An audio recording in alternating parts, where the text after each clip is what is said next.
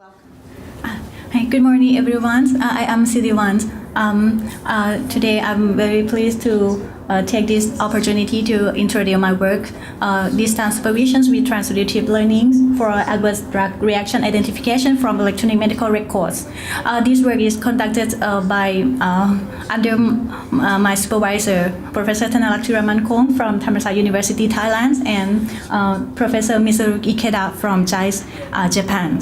So here is the outline that I'm going to talk today. So start with the motivations. Firstly, I would like to give you to understand the definitions of adverse drug reactions. So based on the definitions from WHO, adverse drug reaction is a response to a drug that is innocuous and unintended and occurs at doses normally used in a man.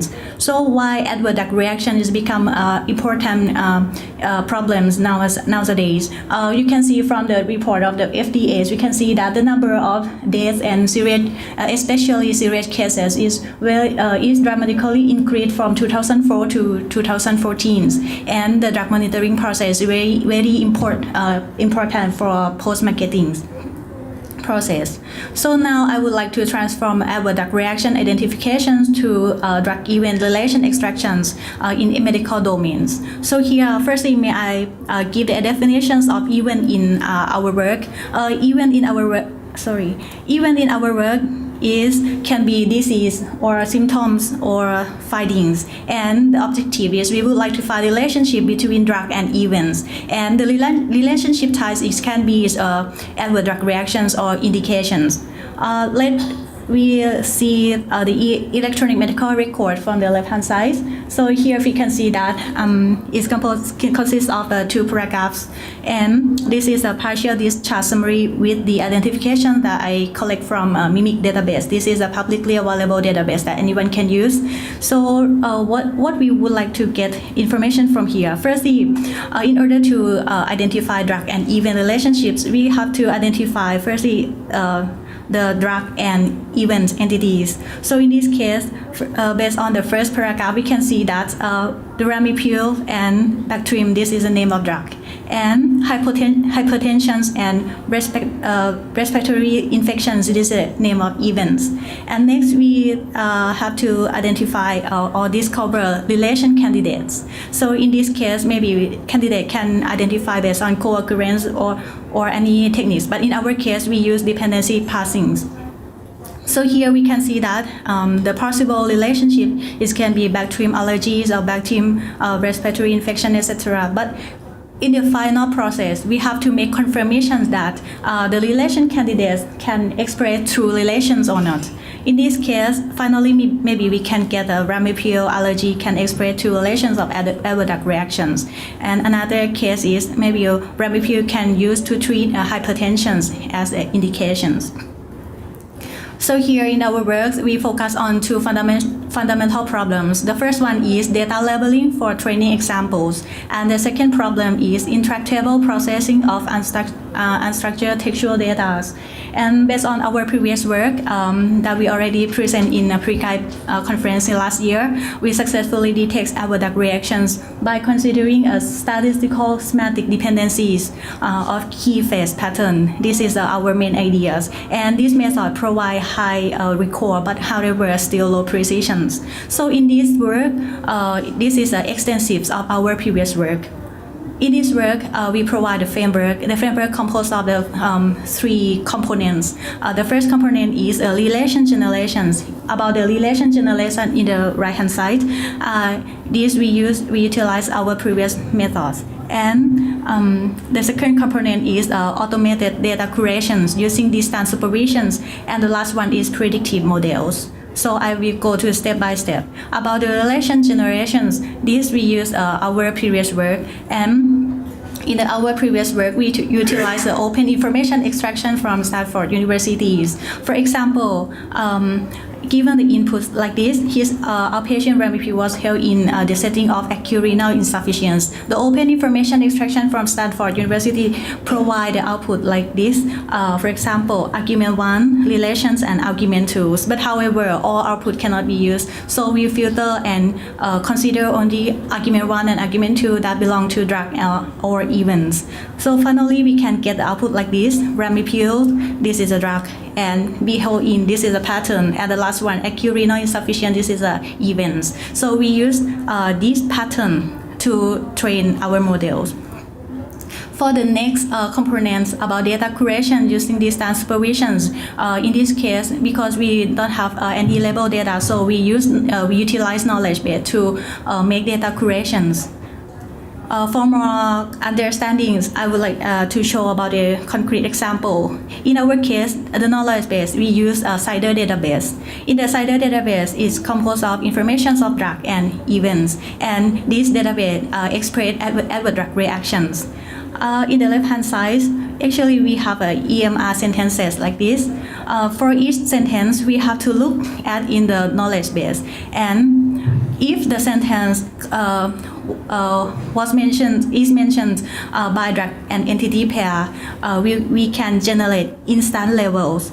For example, the first sentence, we can create instant level like a Ramipril be discontinued due to allergies and put the label data as ADRs. But however, if a domain expert look at for each sentence, maybe it's found that the first sentence and the third sentence can express true relationship between drug and events. But in the second sentence, maybe cannot, maybe does not. It does not express true relation between drug and events. But however, we use this kind of data to train our models. And finally, we would like to get output like this. We would like to make a predictions based on the drug and entity levels. So now we are dealing with the instant level and back levels, and we have to use the multi-instant learning solution to solve these problems. So may I move to the next components about the predictive models. In the predictive models, in this case, we use expectation maximization, so EM algorithm with naive base. These assumptions based on word independent assumptions. So in this case, we use this model as the baseline. To calculate the EM algorithm, it has a two-step, expectation step and maximization step.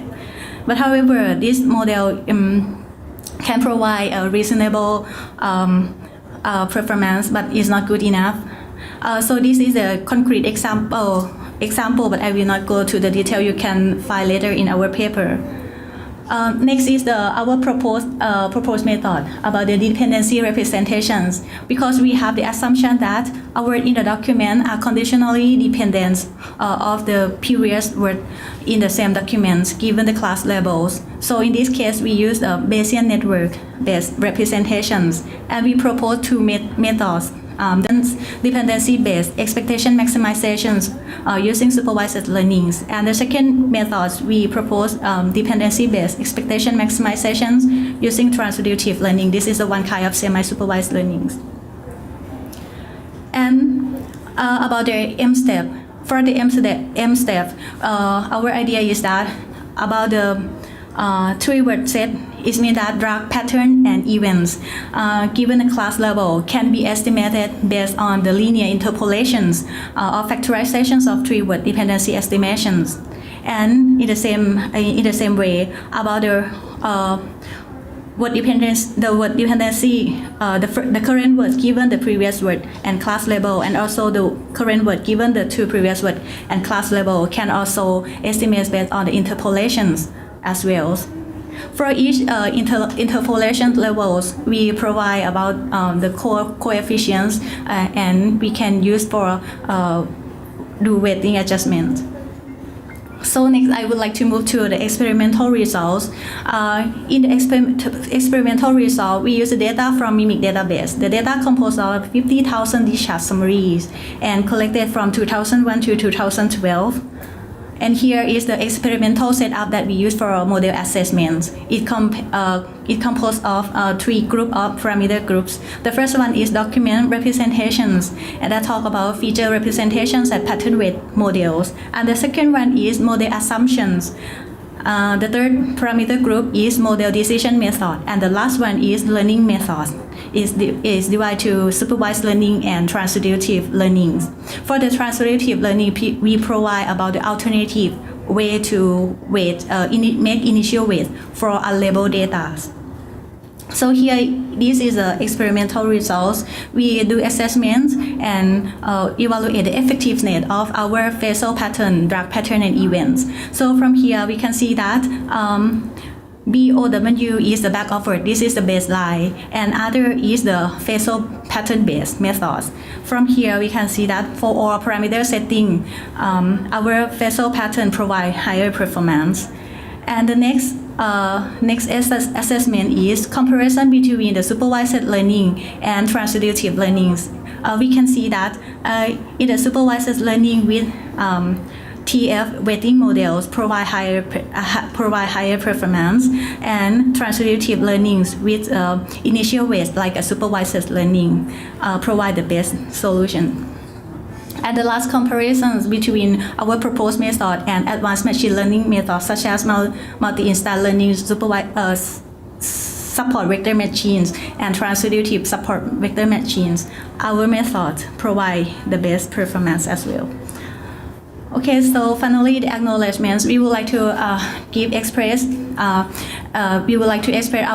gratitude to Dr. Siriwon Thiramankhong from Thammasat University, Thailand, and Professor Dr. Kenji Araki, medical domain from Miyazaki University, Japan, for giving the useful comments on our experimental results. Okay, that's all. Thank you for my presentation.